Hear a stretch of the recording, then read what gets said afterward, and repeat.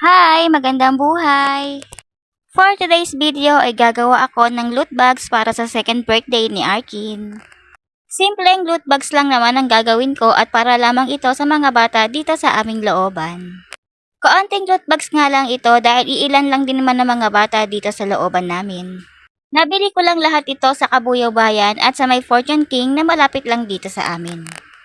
Dinosaur ang napili kong design para sa mga loot bags dahil si Arkin ay medyo fascinated sa mga dinosaur nowadays.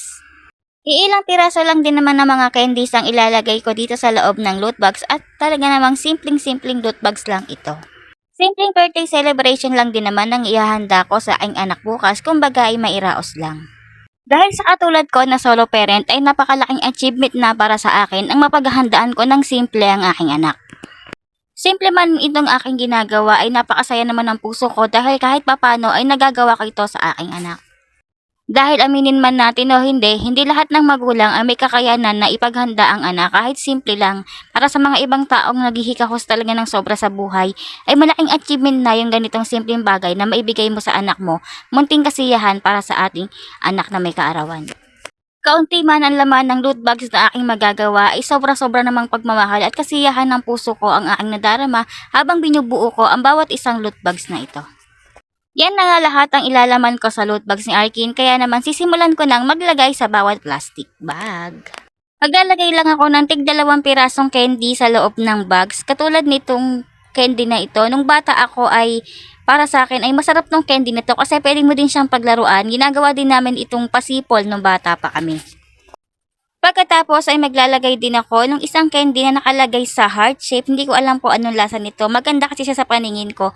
Kaya binili ko at isasama ko siya dito sa loot bags. Lalagyan ko rin ng isang piggy na merong lamang candy sa loob. Ayan, inaalog-alog ko pa siya. At saka lalagyan ko din siya ng isang duck na meron ding lamang candy sa loob. At medyo nahihirapan ba nga akong kunin yung duck. So, ito na. Yan yung duck. Meron din siyang candy sa loob niya. At meron din itong sugar-coated na candy or lollipop yata to. Pero maganda siya sa paningin ko kaya sinama ko na siya. So yun lang pali lahat ang laman ng ating loot bags.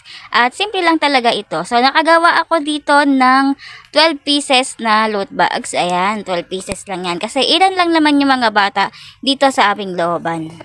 Tapos, yung mga sobrang candies ay idadagdag ko na lang dito sa ibang loot bags na hindi ko nalagyan ng lollipop dahil medyo kinulang yung lollipop natin ng 2 piraso since 10 pieces lang pala yung laman ng isang balot. So, yung ibang sobra na candy is doon ko na lang ilalagay sa mga loot bags na walang lollipop.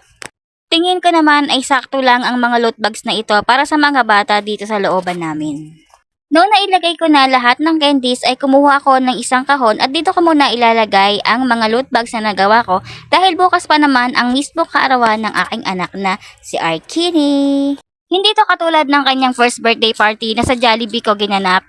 Ang kanyang second birthday party ngayon ay dito lang sa bahay namin. Simpleng kainan lang kasama ang mga mahal sa buhay at ilang malalapit na kaibigan. Sa lahat ng nagmamahal sa aking anak na si Arkin, pakibati naman siya ng isang happy birthday sa comment section.